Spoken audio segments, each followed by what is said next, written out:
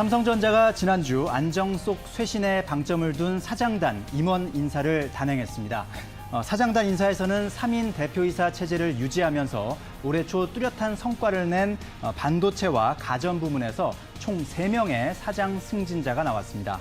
임원 인사에서는 성과주의 원칙과 외국인, 여성에 대한 승진 확대 기조가 확인됐는데요. 정기 임원 인사를 마친 삼성전자는 이번 주에 내년도 사업 전략을 수립하는 글로벌 전략 회의를 개최할 전망입니다. 코로나19 국면에서 글로벌 불확실성을 극복하고 핵심 사업의 초격차를 유지하기 위해 어떤 방안을 마련할지 주목되는데요. 첫 번째 이슈, 인사로 본 삼성전자 미래, 지금부터 자세히 풀어보겠습니다. 네, 역대 세 번째로 큰 규모의 승진 인사. 사실 코로나 이런 것들이 있어서 사실은 어려우신 분들이 많으시지만 삼성전자는 또 최고의 호실적 덕분에 이번에 보상 차원이다라는 얘기도 있고요. 사실 또 조직의 활력을 불어넣기 위한 인사를 했다 이런 얘기도 들리던데요. 어쨌든 주목할 점은 지금 성과주의, 세대 교체 여기 원칙에 좀 입각한 모습을 보이고 있습니다. 그런데 저희가 봐야 될 것이 핵심 사업인 반도체 부문의 또 비메모리 사업부, 또 파운드리 사업부 수장을 교체한 것이 좀 주목해 볼 점인데 시사하는 바가 뭔지 먼저 유재희 기자 전해주시죠. 네, 비메모리 사업부가 아니라 메모리 사업부와 네. 파운드리 사업부의 수장이 교체가 됐습니다. 이번에 반도체 사업부에서 인사가 있었는데요. 네. 3명 중에 2명이 교체가 됐습니다. 근데 이 2명은 또 승진으로 이제 좀 됐는데 승진 인사가 된 건데요. 그 주인공이 바로 메모리 사업부의 이정배 사장과 파운드리 사업부의 최시영 사장입니다.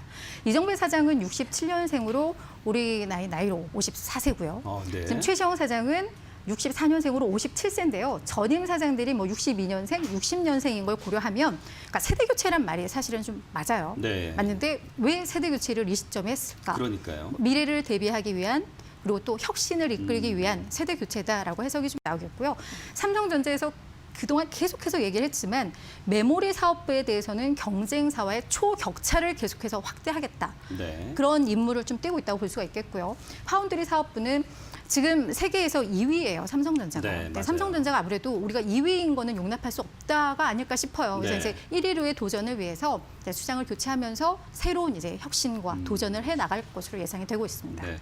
아무래도 사람이 좀 바뀌어야 무언가 변화가 있는 거. 우리처럼. 네, 저도 바뀌었네요. 예. 자, 좀 전에 파운드리 얘기가 나왔는데 파운드리 하면서 이게 무슨 얘기인가 하시는 분들도 분명히 계실 것 같습니다. 이게 비메모리 반도체를 얘기하는 건지 아니면 제가 좀 아는 척을 하자면 반도체를 전담으로 만드는 기업인 거죠. 네, 이런 건지 제가 미리 말씀드렸는데 성 기자님. 네. 자, 반도체를 만드는 공정을 먼저 이해하실 필요가 있습니다. 반도체 공정에는 일단 설계를 해야 되겠죠. 그리고 실제 생산을 해야 되겠고 또 생산된 것을 잘 패키징한다든지 검사한다든지 이런 여러 가지 공정들이 있습니다.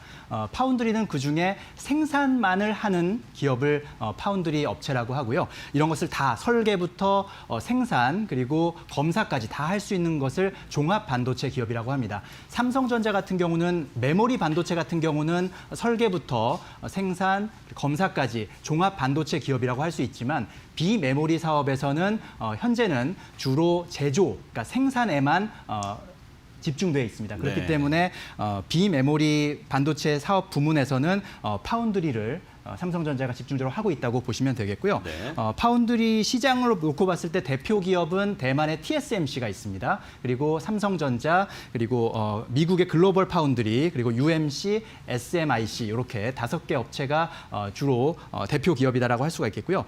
이 파운드리 시장에 많은 관심들이 모아지고 있는데 그 이유는 파운드리 시장이 그만큼 성장세를 이어가고 있기 때문입니다.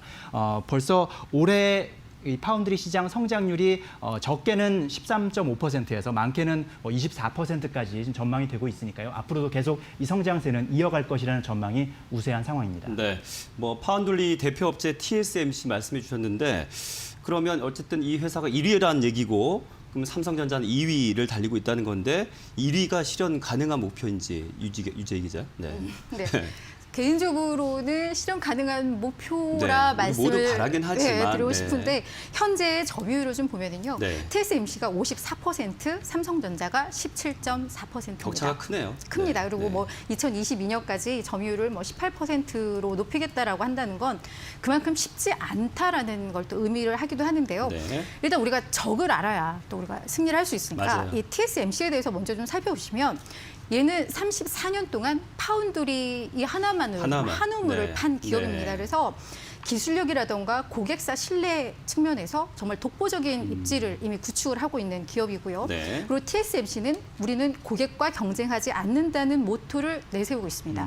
그 얘기는 뭐냐면 이게 어떻게 보면 삼성전자의 가장 큰 약점이 될 수도 있겠는데요. 삼성전자는 설계와 제조를 함께합니다. 그런데 TSMC는 제조만 해요.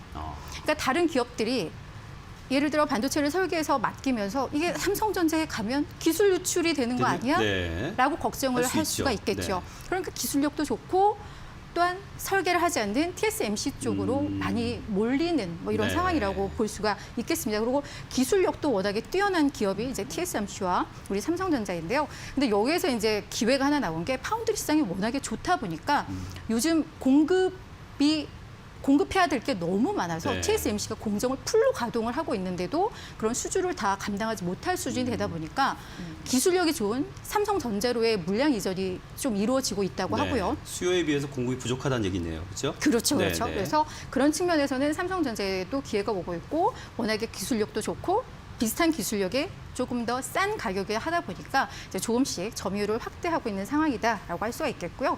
어제 나온 뉴스가 미국 국방성이 세계 5위의 파운드리인 중국 SMIC를 이제 블랙리스트에 추가를 했다라고 해서 맞아요. 그 소식 들었어요. 그래서 네. 반사 이익에 대한 기대감도 나오고는 있습니다. 네. 다만 첨단 반도체 기술력을 가진 기업은 아니에요. 5위이기 때문에. 그래서 좀 1, 2위보다는 그 하위 업체로 가지 않겠냐 뭐 이런 분석도 좀 나오고 있는데 일단 뭐 저는 도전한다면 삼성전자는 할 수 있지 않을까라고 응원은 보내고 응원합니다. 싶습니다. 네. 자, 우리 모두 뭐 응원은 하는 마음은 똑같은데 사실 뭐 우리 투자자 여러분께서는 삼성전자가 몇만 올라갈까 더 관심이 있을 수도 있습니다. 네.